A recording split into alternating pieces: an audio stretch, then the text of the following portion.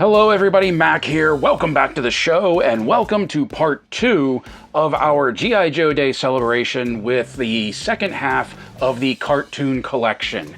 And we are going to be taking a look at a lot of figures that have been released under the retro card label, but I always felt like whenever they were originally doing the retro card figures that they were supposed to be figures that harkened back to like the vintage era of G.I. Joe, like the vintage figures from the 80s and into the 90s. However, as we can see, that has not always been the case, because everything that you see right here on a retro card is actually colored or inspired or created by the Sunbow cartoon, even Cobra Commander right here. Because if you look at his coloring, especially with like the shirt right there tucked in, this is the coloring of the Sunbow cartoon Cobra Commander. Now, there's not a huge difference between the Sunbow Commander and the vintage Cobra Commander. Like, I believe on the vintage figure, that should be black right in there. His shirt should be black. And I forget what color it was in the comic. Maybe it was blue in the comic. But this is all, like, I feel 100% a Sunbow version of Cobra Commander, especially when you set him next to his Once a Man version, and everything color-wise, look-wise, they've even used the same parts, matches up. So we will do a better comparison with this and maybe even pull out the Hiss Tank Cobra Commander once we get to him. But what we have to take a look at today is the retro card cover girl, the retro card Cobra Commander, the green shirt, the retro card green shirt, which the green shirt is 100% a product of the cartoon. They never appeared in the comic. I don't think they've appeared in the Energon universe. And the Bat, which truthfully there's not a whole lot of difference color-wise with the Bat. One big, very different color that we will take a look at. And of course the Tele-Viper, which we'll talk about this more with the Tele-Viper, but I think putting the Tele-Viper out in a retro card was a good move. So what we are going to be looking at first is, I think we're going to start with the Bat. And I just want to get this out of the way right off the bat, no pun intended. Opening these is going to kind of break my heart, because my original intention was getting some of these retro card figures and leaving them in the packaging because I was really digging on the artwork. I like the idea of having like a classified figure in this retro card. Plus there is the whole deal with actually having the file card on back. However, that, I don't know, it doesn't seem as important to me in some situations anymore. Like, I actually bought 2 Scarlets because I wanted to keep a Scarlet in packaging. I bought 2 Cobra Commanders because I wanted to keep a Cobra Commander in packaging. Some of the other ones, like Snake Eyes and Stalker, I had originally planned on keeping packaged up, but I may actually end up opening those.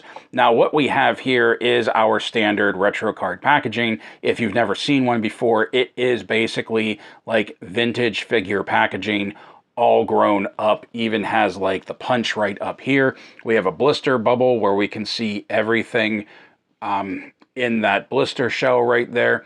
I want to say this is reversed from the vintage. I didn't look it up, but I'm fairly certain like the blister should be on this side with the artwork on this side. On the back, we have our file card, which I always loved the file cards. I always wished the classified had this file card on the back of the packages. Now, this isn't nearly as in-depth as the file card was on the vintage figures because this is English, and then we have other languages down here. I apologize, I don't know what they all are. One of them, no doubt, is Spanish. I'm guessing one is French. I don't know what the other ones are. But this little bit right up here is in English, and if you're familiar with the original file cards of the vintage figures, this is just like a snippet of the information that used to be on the back of them. Since we've got these, like, and they've been using this heavier cardboard for a few years now, but like since we've got these, the cardboard has become much more substantial, because if you remember when they first came out as like the Walmart exclusive, that cardboard was really flimsy and it didn't ship well, and I still have some of those packaged up, and I'm thinking of opening those just because the cardboard is not surviving very well. Like Destro and Lady J, for example, the cardboard is just like shriveling, and I feel like it's just going to rip open on its own any minute now. However, let's not waste any more time. Oh, there's like no flag points on this too. Like, I think it would have been really cool if they would have like put flag points on here, even if they didn't account for anything, but that is just me. So now, without further ado, let's crack the first one open and take a look at the Hasbro G.I. Joe Retro Card B.A.T as part of part 2 of our look at the cartoon collection. Okay, here it is, our Battle Android Trooper out of the packaging, and putting the tape measure to him, we can see that he is roughly 6.5 to the top of his head, maybe 6 3/4 to the top of his dome fin right there. If you have any of the other numerous bats that have come out, you have this figure. There's really nothing that has changed, aside from maybe a different head sculpt, like on the Arctic Bat and my personal favorite, the Iron Grenadier Bat, or the chest plate, and most notably the paint apps right here. All of the accessories, once again with the exception of the Arctic Bat and the Iron Grenadier Bat, all of the accessories are the same, the sculpt is the same, the articulation is pretty much going to be the same. As a matter of fact, to get this out of the way, doing a side-by-side right here, this and this are exactly the same except for the chest plate, and notably, unfortunately, you can even see right off the bat, no pun intended, that the neck joints are very different. This one sits higher and is larger. This one sits lower and is smaller, which means that doesn't fit on this. Like, it'll sit there, but it's not going to pop on, which is unfortunate because, truthfully for me, this is like the prime bat for me. And I will explain why in a moment. Let me pop this back on. Basically, if you look at this one, and then you look at the first one that we had, and I really didn't have an issue, I still don't really have an issue with this one. This is so much more metal.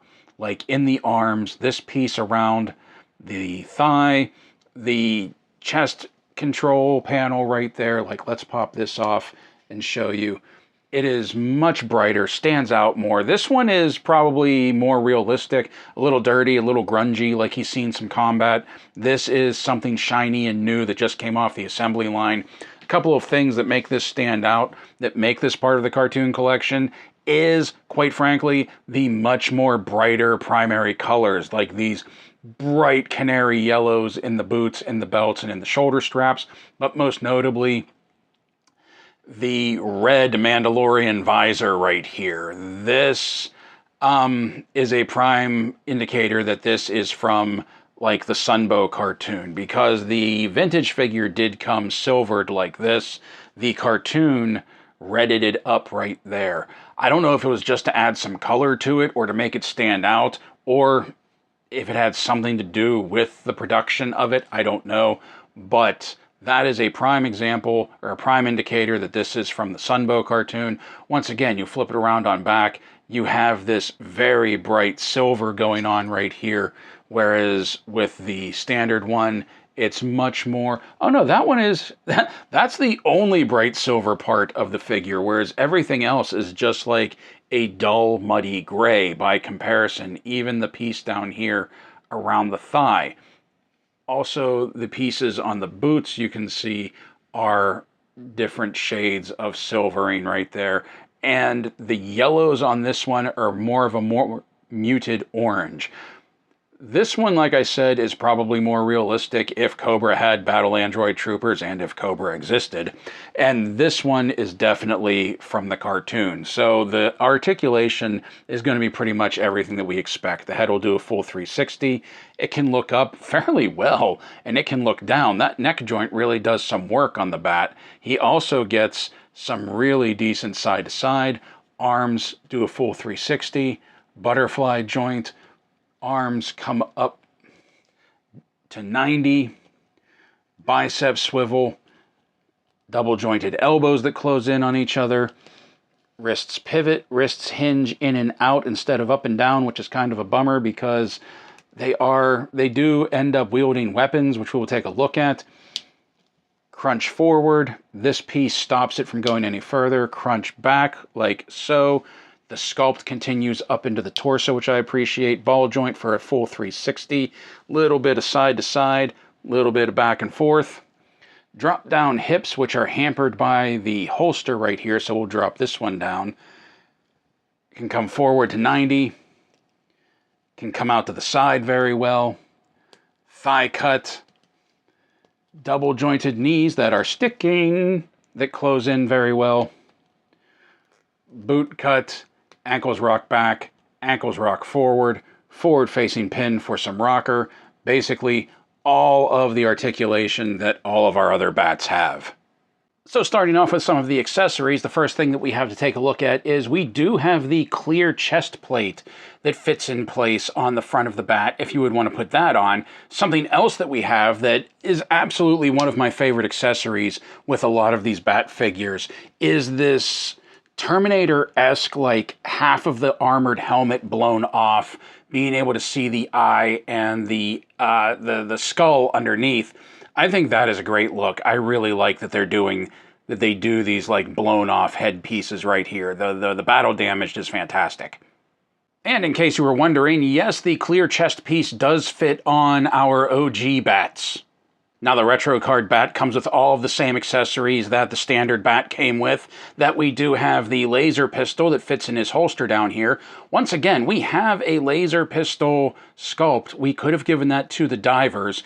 And also we have the claw over here.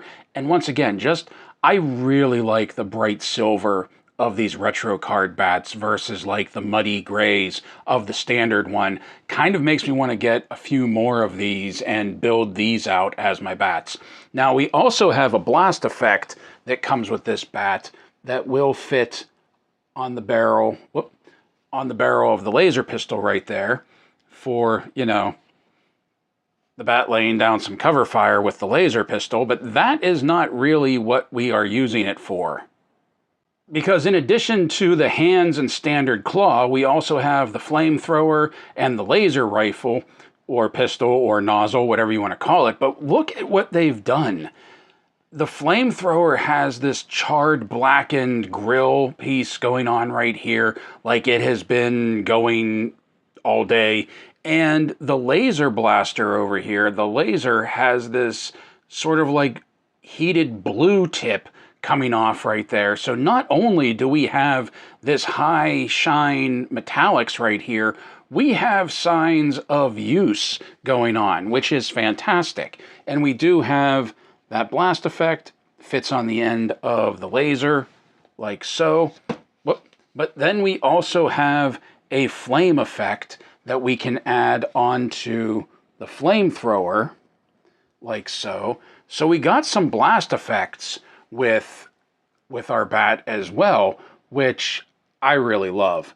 This is another thing that like makes me want to get more of these and army build these bats out rather than the first ones that came out. Now the only thing that's a bummer is that here we have the flame effect from Torch, the really large one, but because this is like the standard barrel socket, Torch's torch effects do not fit in there. So you would need to either shave this down or open that up. So it would take some modification. So I appreciate that we have, you know, flame burst effects that we can put on the end of his torch pieces.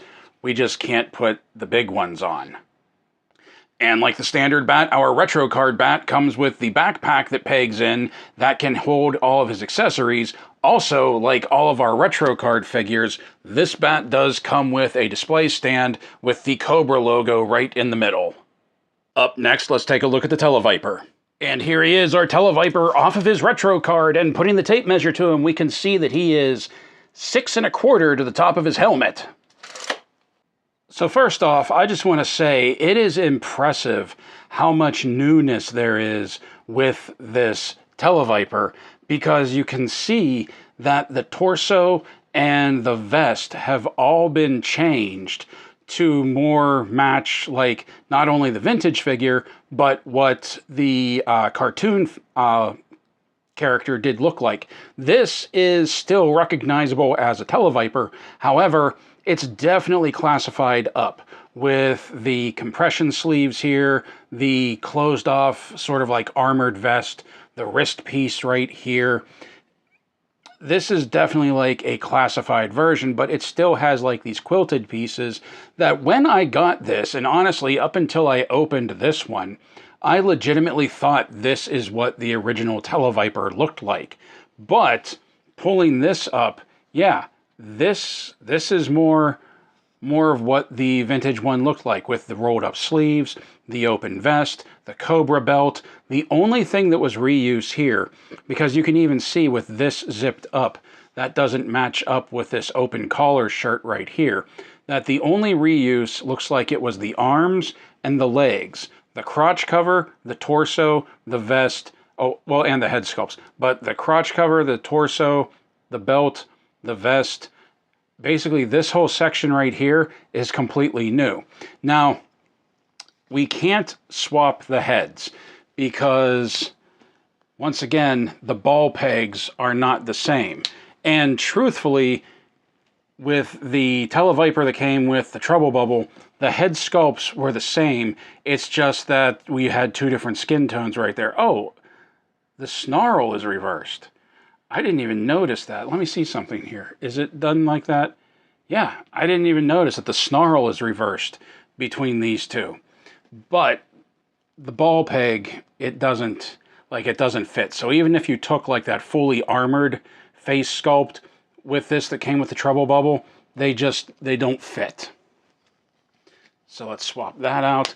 And real quick over the articulation, because it's everything that you expect. The head will do a full 360, can look up okay, can look down fairly well. Not a whole lot of tilt side to side.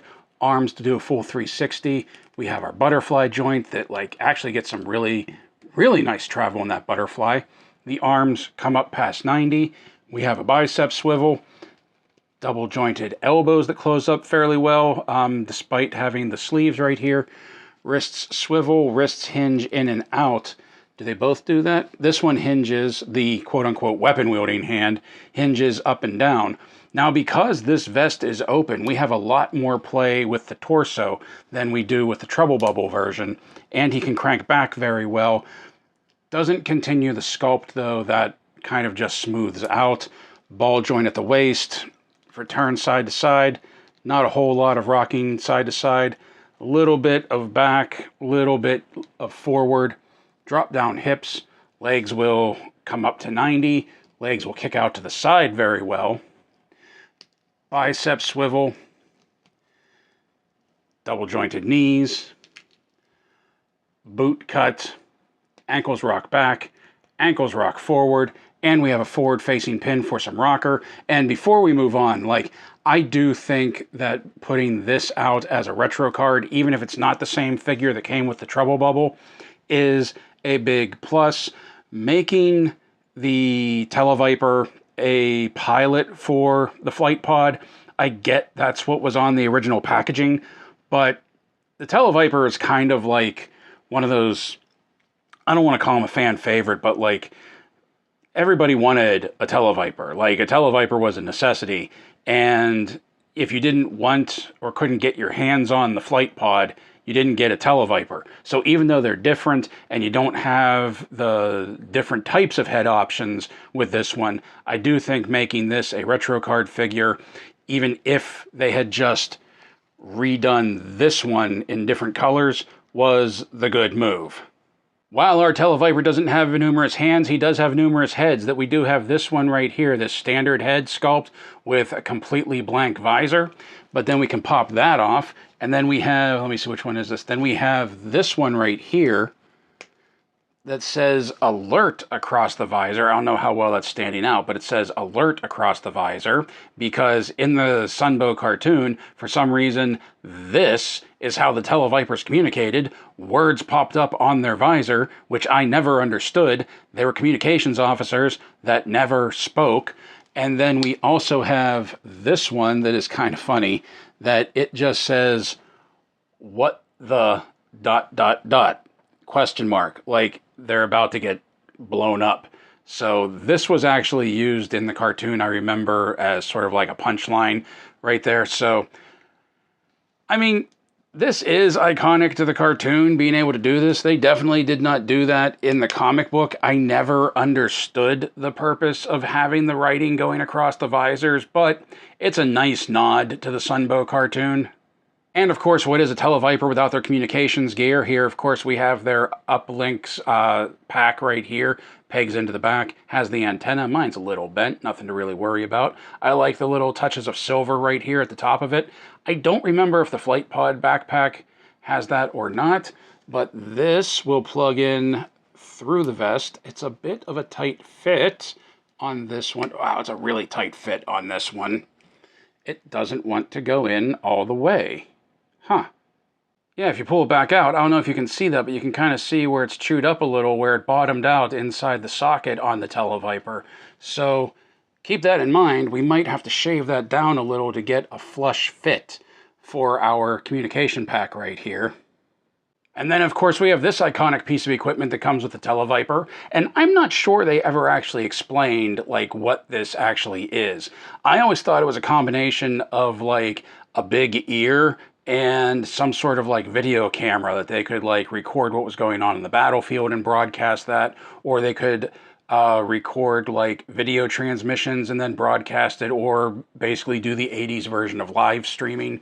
This just fits very well into his hand. You just pop it in and twist, and then there we go. But then we also have this big silver cable right here that it just plugs into the bottom of the pack, and then the handle of the equipment. And there we go. The Tele-Viper is ready to tele. Plus, we have, of course, the figure stand with the Cobra logo on it. So one thing that I found interesting is that the back socket sits higher on the Flight Pod Tele-Viper than it does on the Retro Card Tele-Viper.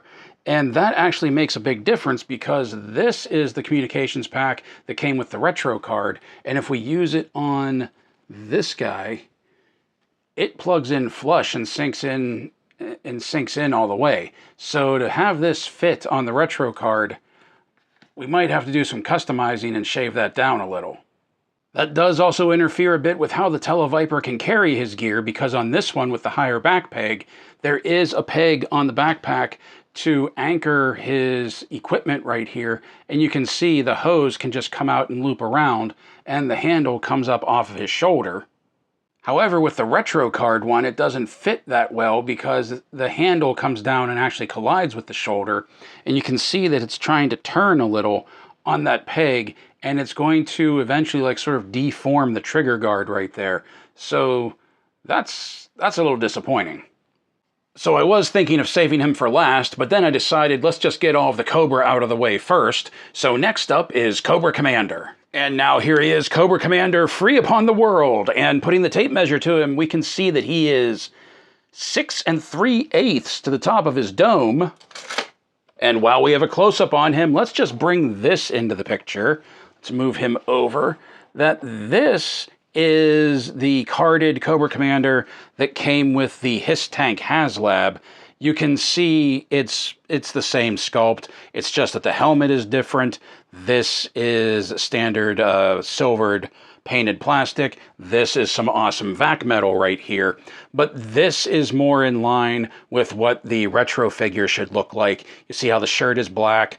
The sleeves aren't these enlarged gauntlets right here. They're just like smaller gloves with sleeves from his jacket. You can also see there's more and bolder red in this one than there is in this one. Also, the logo, the Cobra emblem is smaller on this one than on this one. Never mind that it's like the Mickey Mouse emblem.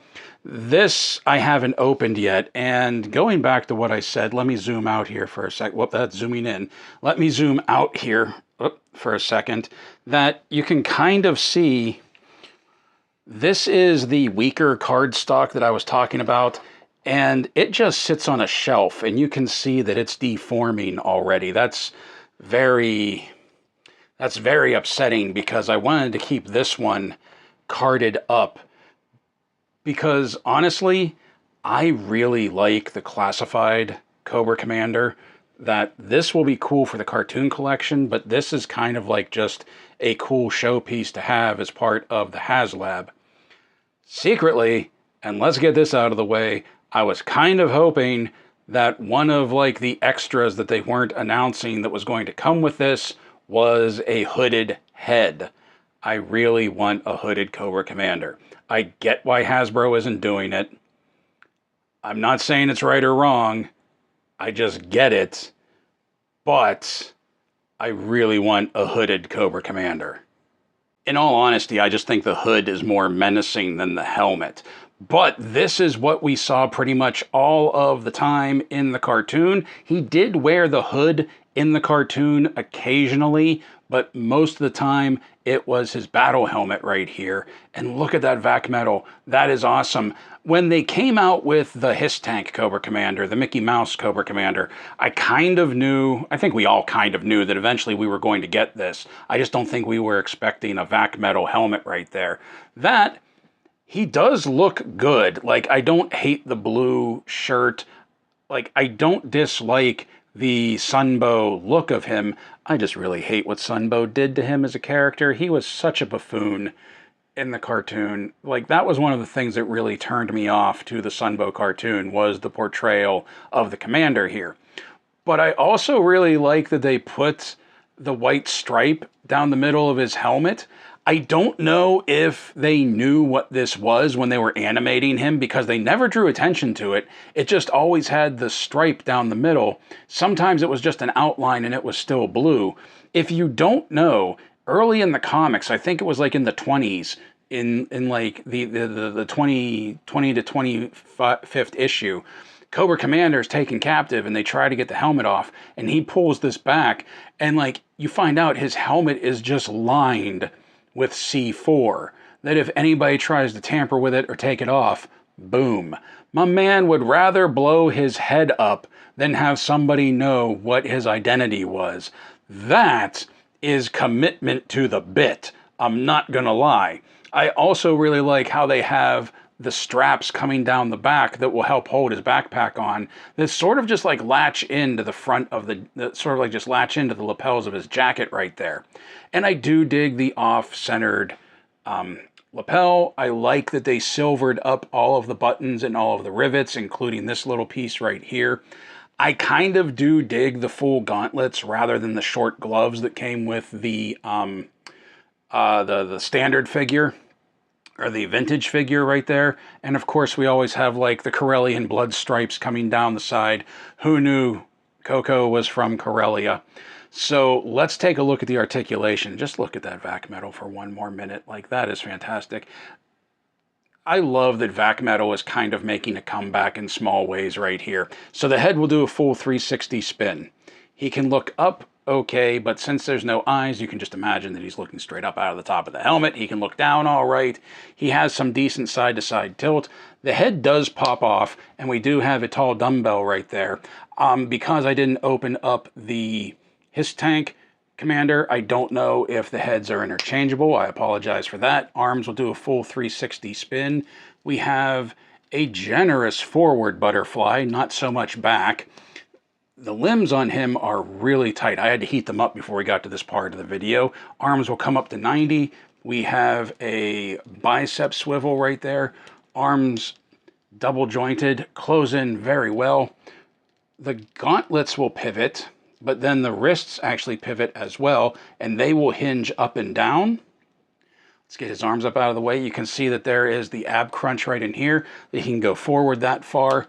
He can go back that far. Unfortunately, they didn't include another rivet right there to keep the sculpt going. He has the ball joint at the waist for the side-to-side turnsies. Little bit of rock side-to-side, not a whole lot. He can go back, He can go forward, We have the drop-down hips. Legs will come up just a little bit past 90, and they will kick out to the side like a ninja. Put it back in. We have the thigh cut. We have double-jointed knees that close in on themselves very well. No boot cut, but we have this ankle cut right here, so his foot will still pivot, which I love. The ankles will rock back very well. The ankles will come forward okay. We do have a forward-facing pin for some rocker. Now, if the legs look familiar, they should, because this was, I believe, from here down, was actually used on our Once a Man Cobra Commander that we have right here, and you can see that the legs are reuse.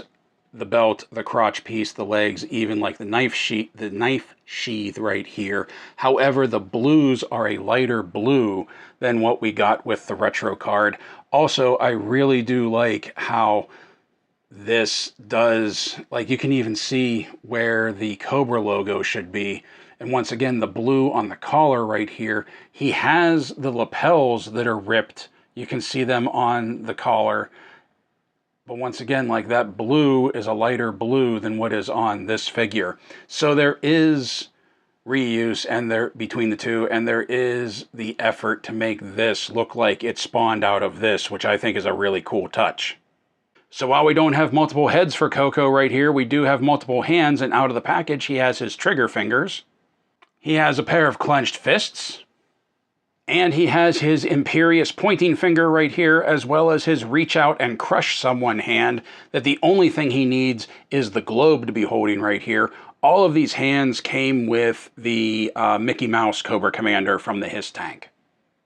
As far as weapon accessory goes, we're going to start with his little dagger right here, and this is the one that came with Once a Man. I believe this also comes with Mickey Mouse, and it's basically just a small dagger, but I really like how they went the extra mile, put the silver on the blade. I always appreciate when they do that. Also gave it a silver pommel right here, and this fits into his leg sheath on the side. You saw that that's on Once a Man as well. Now, instead of a holster for his sidearm, he does come with this backpack right here, because this is how the original vintage Cobra Commander held his weapon, that it just plugged into his back, and this fits very snug into the back of Cobra Commander right here. And it has the little Cobra logo right there, but it does fit very well. It makes it look like these straps are holding it onto the front of his coat. And that backpack is to holster his blow dryer right here, because quite honestly, even as a kid, I never understood what this is supposed to be. Is this another laser pistol? Is that what this is? Like, I don't think they ever actually explained on his file card what it was. I always thought this was such a goofy looking thing, even when I was a kid. Now this does fit into his hand. Like, he has the trigger hand right there, but there's no trigger guard on the weapon. And, like, honestly, it looks a little ridiculous in his hand right there. Like, it kind of looks like laser tag. Look at that thing. But it does fit into the backpack handle up, just like it would, like the vintage one, just plug right in there. So that is cool that it just snaps right in like that. And of course, like all of the retro card figures, figure stand. And now getting into the Joes, we're going to take a look at CoverGirl, and this is maybe one of the most drastically different figures between cartoon and vintage. Okay, here she is, Sunbow CoverGirl, out of the packaging, and putting the tape measure to her, we can see that she is 5 7/8 to the top of her head. Okay, so let's just do this right now. This is our retro card Sunbow CoverGirl. This was the original CoverGirl that we had. This is the Black Widow, the Gray Widow head sculpt that I put on there. I also gave her an M1 Thompson because she just looks so cool with it. But look at the difference between the two. Like, this actually is closer to what the vintage was. The Sunbow cartoon, for some reason, completely redesigned her, reimagined her as a blonde instead of like having auburn or reddish hair. The only thing that this shares is the actual torso pieces, because you can see underneath the coat, because the coat does peel back, you can see sort of like that low buttoned blouse underneath there, or the low buttoned shirt under there. And same thing with this cover girl. That's the same torso piece there. I think the crotch covers may be the same. Yeah, but other than that, legs are different, arms are different, heads are definitely different. The belt is definitely different. Hands are different. Only reuse was the crotch piece and the torso piece. Even the jacket pieces are different right here. So taking a look at this, I mean, she's just wearing like green shirt fatigues with the open coat. I don't know why they did this, why they redesigned her, unless they were just worried with the hair pieces that there was going to be confusion between her and Scarlet. That's the only thing over the years I've been able to figure out, because Scarlet was the redhead, she was the blonde, and Lady J was the brunette, and then later Jinx had black hair, so they were able to give all of them distinctly different hairstyles and hair colors. Other than that, her outfit is completely green with like the tan drab shirt underneath, and look at all of this hair coming down. Holy cow. Is that regulation? I don't know. But she has a belt as well that's not nearly as like much of a utility belt as the classified cover girl is. We have the hip holster over here, and then we have this loop back here that will hold an accessory, which we'll take a look at in a minute. So with that out of the way, well, let's actually look at the face sculpt, because the face sculpt is new. And I do have to say this, that the reason I gave this one the Black Widow face sculpt is because I think we can all agree the face portrait that came with this was kind of bad. So I just did a pop and swap, and I really like that design. I really like that look for her. But this is worlds better than what we had with the original one. Kind of makes me wish we could get like auburn hair, her auburn hairdo on this, and put this face sculpt on the other cover girl. Oh yeah, let's actually check that out for a second. Okay, so here we have the standard one. The ball joint doesn't actually connect perfectly, so like I have blue tack on here. Let me take all of that off. And now let's try this. If we pop this off, whoop, the hair pieces come off. We'll talk about that in a second. But if we pop that off, can we put that on? No, the ball is too large to fit on this, which kind of, why do they do that? It would have been cool if we would have been able to get this on here maybe. Okay, so now with that out of the way, let's take a look at the articulation. Obviously, we're not going to be able to do a full head turn because of the hair. We're going to be able to do basically that and then that, mainly because this huge mane. Looking up is out of the question because this blocks it. Looking down is okay. We do have a little bit of head tilt side to side. Arms will do a full 360 spin. We have a shallow butterfly joint there for her. The arms will come up just at, whoop, bent it a little. Arms will come up just to 90. We have a bicep swivel. We have double jointed elbows that, because the arms are so thin, close in very well on themselves. Wrists pivot. This one hinges in and out. This one over here, her weapon wielding hand does hinge up and down. Very nice. Now, we also have, you can see we have that torso cut right there that she can bend back, but it will start to gap right there. She can come forward. Little bit of tilt side to side. She can do a turn at that waist cut, or at that torso cut right there. But we also have the ball joint down here that will turn a little bit more rock back, not so much forward.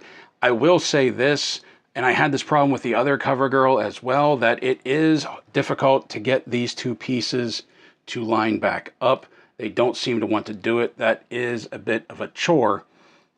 Drop down hip. Well, hips don't really want to drop down. Drop down hips. Legs will come out to 90. Legs will kick out to the side, just to there. Is that it? Yeah, legs will just kick out to there. We have a thigh cut. We have double jointed knees that close in on themselves very well. We have a boot cut, which these boots are actually like really cool. I like the leather guards up front that strap around her combat boots. And then ankles rock back, ankles rock forward, forward facing pin for some rocker. Now, like I said, I do like her face sculpt very much, and as a matter of fact, she comes with two of them. One is like her big happy smiley face, which I think we saw this more in the cartoon than anything, and then we do have more of like a resting neutral face. And not only can we pop and swap the heads, but we can pop and swap the hairdos as well. So we can take this one off. Come on off. And then we can put this on as well, so we can swap her hair pieces, which I appreciate because I kind of like this look. The smiling face, the big smile with the ponytail or the long braid and the ball cap as well. And then the cap actually says like the Pit's Garage, which is a nice nod because the pit wasn't used in the cartoon. Their base was just out in the middle of, I don't know, is that like the Nevada desert somewhere? Maybe it was in Utah where the pit should be, but it was like in the middle of the desert, in the middle of the states. Then we can just pop that off, and then we can put this head sculpt on, and then we can put this hair piece on, and you can mix and match. And I don't hate this one. I think this looks very good for a neutral face. I really like the paint apps that they did around her eyes. I think the eyes just pop, and like it's definitely something CoverGirl would do. I don't dislike this. I think the neutral face is very nice. I really like this one much better. Now, this version of CoverGirl, for being a completely new figure, does come with a decent amount of accessories as well. That out of the package, she has her trigger hands, and she also has this pair of clenched fists right here. Now, the retro card CoverGirl does share some accessories with the classified version, and one of those is being this wrench right here. With the standard CoverGirl, I believe the wrench was all silver. This is sort of like a cobalt blue with a blacked out moving jaw right there, which I think is pretty cool. She can hold it, but it also is what this loop on the back of her belt is for, that it just fits in right there and hangs off of her like a tool belt right there. They definitely went with like a more supermodel turned mechanic grease monkey feel for this one, more so than like the standard CoverGirl where she was a tanker. And for this, she still was a tanker. She drove the Wolverine, but then again, everybody drove a Wolverine at one point. But they definitely went with like garage mechanic more with her than the classified or the standard version. Another accessory that she shares is this 1911 with the barrel extender right there. I really love this sculpt. I really like that they keep reusing this. I especially like, you can't really see it on this one, but like the detail in the handle right there. I just think this is a great mold for this weapon. This fits in the holster on the side right here, and you can see that it's cut out so that it does sit deep into the holster right there. Fits in very well. I'm legitimately surprised with all of the accessories they gave her, considering the amount of new sculpt that went with this one as well, because we're not done yet. She also comes with her laser rifle. I know I keep calling this an XL, but it's like an XMRL or something like that. I can't remember what the full designation is. I like that, like with Snake Eyes, it has this silver right here, but I also like that it has the green stock. I think this might be my favorite paint app, my favorite design of this rifle, also having the black right there, and this being like the standard Joe rifle of the Sunbow cartoons, fits into her hand. Her hand is a little small, so it does stretch out a bit when you put it in her grip hand, but it fits, it works, she has it. But wait, there's more. There's one more piece that is 100% my favorite accessory with this figure, and that is this sledgehammer. I don't remember her using this in the cartoon ever. I don't remember her using this in the comic ever. I don't care though, because it is awesome. somebody who has swung a sledge, like, I can guarantee that this is like a graphite handle. These are rubber grips at the fore and the rear right here for where she's swinging it. And then we have like this silver mallet head right here that, side note, when you douse these in PVC glue and light them on fire and then swing, it looks awesome. But this has got to be like easily maybe a 15 or 20 pounder. This looks so cool for her. And this can fit into her other grip hand. And look at that. Like,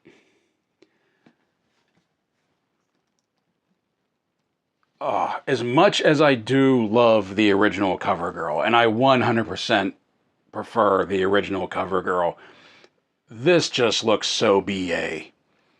Oh, and she comes with a figure stand with the G.I. Joe star on it. And then last, but certainly not least, that brings us to the figure that is 100% a product of the Sunbow cartoon, the green shirt. So here he is, the green shirt, out of his packaging, and putting the tape measure to him, we can see that he is roughly, well, he's about 6 1/4 to the top of his head. So I have stated numerous times before my feelings on the green shirts. We're not going to be getting into that again. But having said that, I have to admit, I really like the color, the dark greens that they used for this figure. I really thought they were going to go with like a lighter green, more like the 80s and more like what was on the cartoon. But they actually gave a bit of like a darker, I don't want to say grittier, but like the coloring out of all of the other characters, out of all the other figures that came from the cartoon, from the Sunbow cartoon, this one has like kind of the most realistic colors, like even down to like the brass buckles on his leather right here. I think this looks really good. I really like these dark, rich colors that they have. I think it looks fantastic. What do you think? I even like the booted feet down here that, like, instead of like just black combat boots, which truthfully I think black combat boots is pretty much the standard, I like how they went with like more of like a brown leather right here. I think this looks really cool. They could have taken something that would have been just like a generic looking figure and they gave it a little style, they gave it a little detail, they gave it a little something so that it stands out on the shelf. And I really like that. I really think that's cool that they put a little extra zhuzh into what's basically just like the good guy troop builders. Looking at the articulation, it's going to be what we expect, that the head will do a full 360. Oh, you can see that the neck gets hung up a little right there. Come on, fit in. There we go. He can look up. Wow, he can look up real well. I think he wins the wave. And he can look down fairly well. And he has some decent tilt side to side.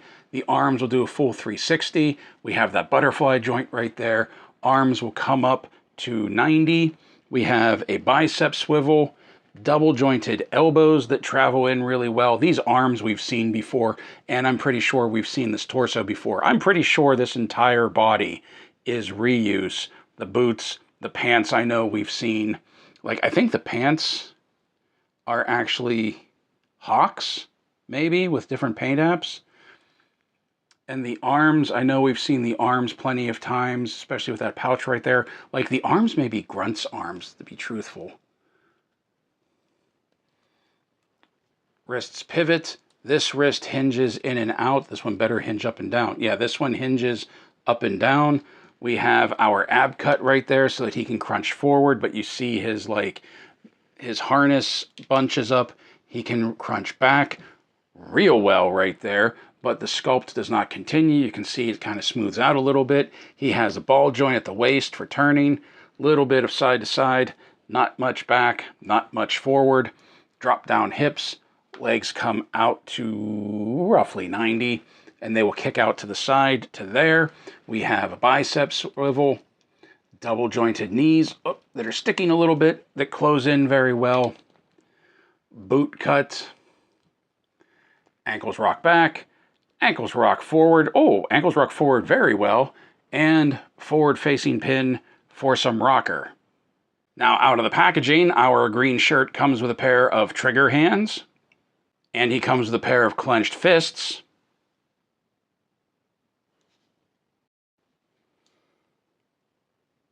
Now our green shirt is a troop builder right here, which means he comes with additional head sculpts, and with this one, the whole neck piece pops off, head, neck, and all, and then you can see our ball joint down there, and there is a socket in the other head piece, so that you have two skin tones, light and dark, for our green shirt. Also comes with a pair of matching hands. Now I just put one on of each, but just like with the other one, you do have dual trigger hands and dual fists as well. So this version has the full setup, same as this version. Now, taking a look at his accessories, he does come with his little combat knife right here. And this is something that is kind of raising an eyebrow with me. I don't know why they went with this sort of like tan paint scheme for his accessories, because not only the knife handle, but as you'll see, all of his weapons come in sort of like this drab, dull, tan color scheme right there. But I do appreciate that they did some silver paint on the blade right there. And this, for as small as it is, does fit into this big thigh sheath that he has going on right there.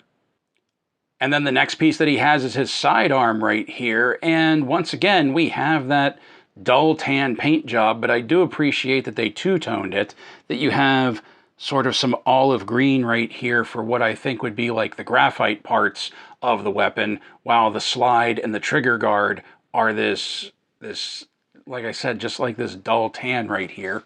And he does have his holster on the side that the pistol fits in. Now, this holster comes with the suppressor pouch, just like Snake Eyes. And just like Snake Eyes, this figure does not come with a suppressor. And I don't understand why, because there are plenty of holsters that they could have given this figure that would have fit this weapon and not had the suppressor cup right here. But for some reason, they gave him that holster with no suppressor. The first rifle we're going to take a look at is this one, Stalker's rifle, and I really like this weapon. I have always been a fan of this. They can give us as many of these as they want. Even back to the vintage era, I really dug this. And it was only since I started collecting the classified and somebody told me in the comments what this is, that this is basically just like a zhuzhed up HK. Like, it's an HK that they, put on at Sunday Go to Meetin' Bests with this sort of like arm stock right here and muzzle flash suppressor maybe? I'm not sure what that is supposed to be, but because if you do this, it makes sense that, like, yeah, that's what that is. So they can give me as many of these as they want. The only issue that I have with this, and I had this with Stalker as well, and maybe I'm just misconstruing what this is supposed to be, but this should wrap around the forearm, I thought, and like support it right there. This should sit lower, I feel, on the body to cup the forearm. Instead, they kind of put it up like a stalk, and I didn't think that's what it was. But if we're going Sunbow cartoon, and this is the cartoon collection, so you know we are, of course our green shirt comes with this. Oh, the barrel's sagging a little. Of course our green shirt comes with this, the laser rifle. Once again, it has its own unique paint scheme. I like that it's two-tone. I'm just not a big fan of like this olive tan or this drab tan that they're using right here. But I do appreciate that they gave it its own two-tone paint job. I like that they took the time and effort to give all of the rifles their own distinct looks, so that it's not just like all like just black rifles across the shelf. I think that's really cool. And just like with the other one, just like with any of them, you just put it in his hand, you twist, and he's ready to go. And there he has his standard issue laser rifle. Now we get to the only accessory that I am not really a fan of, and that is the helmet right here. While I do appreciate that this is 100% a callback to the original, like Grunt's original helmet and the helmet that they wore in the cartoon when they wore helmets, it's too small. I don't know, maybe it's just me, but I think it's too small. It needed to be a little deeper. It shouldn't have been as flat up top so that it could sit a little lower on his head. The visor doesn't quite cover where it should cover. It doesn't quite cover the ears. Like, we kind of have to tilt that forward, and there we go. But, like, it's just too small for him. Now, it's also too small for this guy, too, which is a shame, because I was really thinking that with this configuration and giving him one of the M16s that we have with the line, you could actually use this for a vintage-looking grunt figure if you wanted to do that as well. Just give him like a small backpack to put back there. And, of course, figure stand. Okay, friends, and here it is, our cartoon collection as it stands right now. You can just make out the red diver's head between the Tele-Viper and Cobra Commander. Now, there are definitely some more figures that we could add to this, namely being the retro card Zartan right here. This is definitely the Sunbow paint job, especially with the green eyes right there. And also that we've already taken a look at is, and we'll just fit him in, we'll just bring him in as a cameo, our Once a Man Cobra Commander, which, like the green shirt, is a product of the cartoon. Now, it could be argued that all of Cobra Law could be included with this, but I would argue that because I feel like Cobra Law, as they're coming out right now, is more a product of the Energon Universe version of Cobra Law. And I may be missing a few. I don't have everything, but I'm pretty sure this is everything for like that Sunbow cartoon look, that paint scheme, that brightness. I don't have the new Mindbender, or rather the retro card Mindbender. I didn't think that was the Sunbow colors. I thought that was more of a vintage look for Mindbender right there. I could be wrong about that. But as far as I know right now, this is what we have in those Sunbow colors. Also with Breaker over here, he got his laser rifle from Grunt. Grunt has the M16, so I'm just giving this version of Breaker the laser rifle just because, I mean, they all have it at this point. So even our diver back here has it. So Breaker might as well have his as well. Also, I gave the suppressor to Snake Eyes. I need to find one of the Timbers. Not find, rather, so much as decide which one. Originally, I was going to give him the all-white version of Timber, like the very stark white version, but I do think the gray version is more in line with what came out in Sunbow, because if I remember right, that version of Timber was more gray than white, and maybe it was the all-white wolf in the comics. I'll have to go back and take a look and watch the episode where he gets Timber again. So maybe it'll be this version that sits with Snake Eyes on the shelf. But either way, this is a pretty decent showing for the Sunbow cartoon. And also don't forget, we have all of the mass device elements right here, including Snake's, radiation-proof canister. So I'm hoping they will do more. I know I've talked smack on the cartoon in the past, and I really need to stop doing that because I didn't dislike the cartoon. I just liked the comic better, and for me, the cartoon really had no stakes to it. But I have to admit, having these from the cartoon, it really is like, it's tickling me a little that we have these figures. I really like the Grease Monkey version of CoverGirl right here, but I think my favorite, even though all it is just like color difference, is the Bat right there. I really like the burnt barrels of his weapons. I like the bright colors. I like the shiny metallics. I think the Bat for me wins it as far as my favorite goes. I really wish this head sculpt for Breaker fit on the original body. Also, this is really making me want to open up my retro card Commando Snake Eyes. Luckily, there are so many Snake Eyes that it's easy to easy to fight that urge. I do wish the green shirt had a better helmet rather than that one. Like, if they would have given him the helmet that was closer to the one that like Short Fuse has, minus the mic piece, I think that would have looked better. Like, I get what they were going for with that helmet back there. It's just too small. It doesn't work. The divers, I mentioned that the paint job on the divers isn't exactly what it should have been, but I still like that we have them, and I really like that they colored the lenses to match the blue and the green right there. I think that's really cool. This version of Cobra Commander, that vac metal mask is just so cool.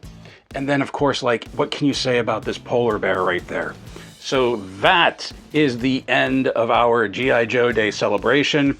Coming up this weekend will be Toy Fair, so who knows what we're going to find out for Toy Fair. We're probably going to see, well, not probably, we're finally going to see what that silhouetted cowboy figure is going to be. I'm still hoping it's the Wild West Cowboy. I'm probably wrong, but I'm kind of hoping that's what it is. So join us on Show and Tell on Sunday, where we'll talk about what the reveal is going to be. Happy New Year, everyone. It's a new year in the same living room, and I want to thank you all for coming back and ringing in 2026 with me. You all know the deal by now. Like, share, comment, and subscribe. If you haven't already subscribed, I would ask you that you click the button down below. We're at a little over 1,700 subscribers right now, and I have a goal of shooting for 2,000 by the end of the year. Don't forget that we offer channel memberships by clicking the button down below, and we have subscriptions through my Ko-fi page, linked to that in the show notes below. So one more time, Happy New Year, everyone. Stay safe, stay healthy, and as always, thank you for watching.